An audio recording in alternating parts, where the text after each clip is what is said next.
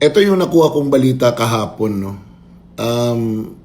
There are stories na magtatangka ang administrasyon ni Marcos na pasukin ang central office ng Iglesia ni Cristo dyan sa Commonwealth. At ang senaryo na gagamitin nila, allegedly, nandyan si Bato de la Rosa nagtatago. And that magkakaroon ng mga testigo na magsasabi na nakita nila, etc., etc. Alam niyo naman, sa gobyerno, there is always that presumption of regularity. Pag kumilos ang gobyerno, you will not ask questions now. You will ask the questions later. Diba? Kasi there is always a presumption na yung ginagawa nila ay legal. Diba? Ang purpose ng paggawa ng ganyan is that, alam nyo, init na rin itong mga congressman.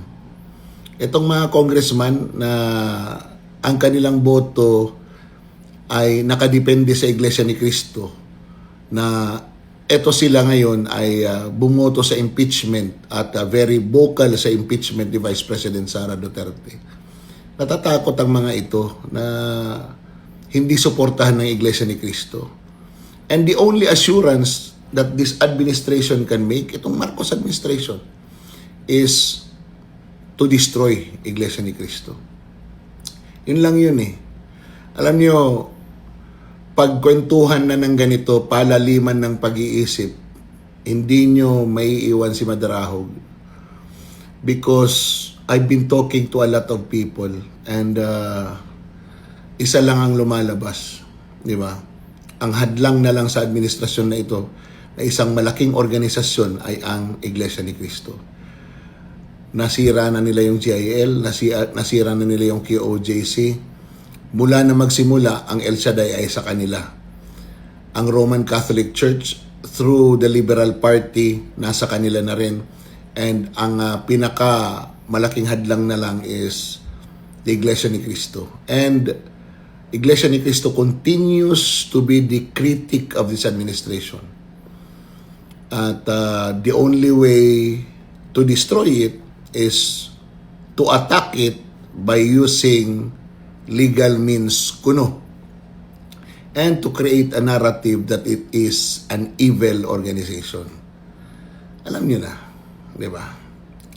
Maglalabasan yung mga kwento-kwento na naman na kung ano-ano galing sa mga vloggers ni Marcos. Well, nakakabahala. Ang sobra na ang iniisip ng administrasyon na ito in destroying its people. Hindi lang sa economics, hindi lang sa governance, hindi lang sa corruption, kung hindi pati yung paniniwala ng tao. Pakikialaman na nila. They are really afraid na at the turn of 2028, iba ang maging Pangulo at lahat sila habulin sa kanilang mga kasalanan. Sila ang nasa poder ngayon. They will do everything to extend their power by whatever means necessary. Alam niyo, maraming beses na pala nag-attempt ang administrasyon na ito na i-bait genuinely ang taong bayan at ang mga leader ng oposisyon na mag-create ng chaos para makapagdeklara ito ng martial law. Pero hindi nangyayari. These are stories. Siyempre wala naman aamin, wala naman magsasalita na talagang ganito ang pag-iisip ng administrasyon na ito. But if you look at it, wala pa silang sinabi na gagawin nila, na nagawa nila. They have been saying na hindi sila magko-cooperate sa ICC, and they cooperated.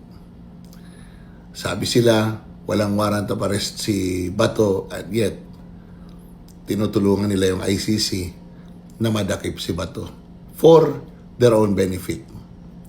Diba? Nakita nyo ngayon yung pagpalit ng liderato sa Senado.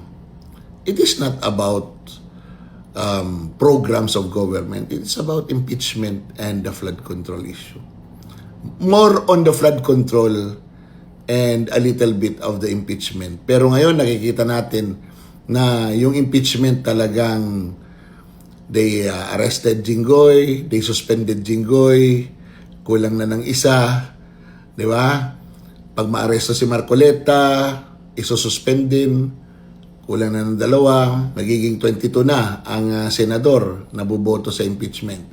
And if they will be able to arrest Bato, and if Bato will be brought to The Hague, magiging 21 na lang.